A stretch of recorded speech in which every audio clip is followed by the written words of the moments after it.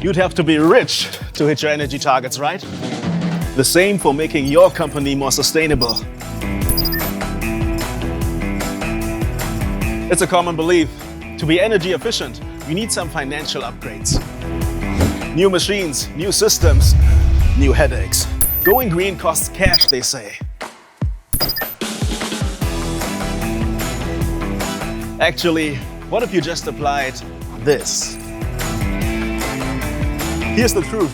Most manufacturers can improve their energy efficiency and sustainability score dramatically just by optimizing their lubrication strategies.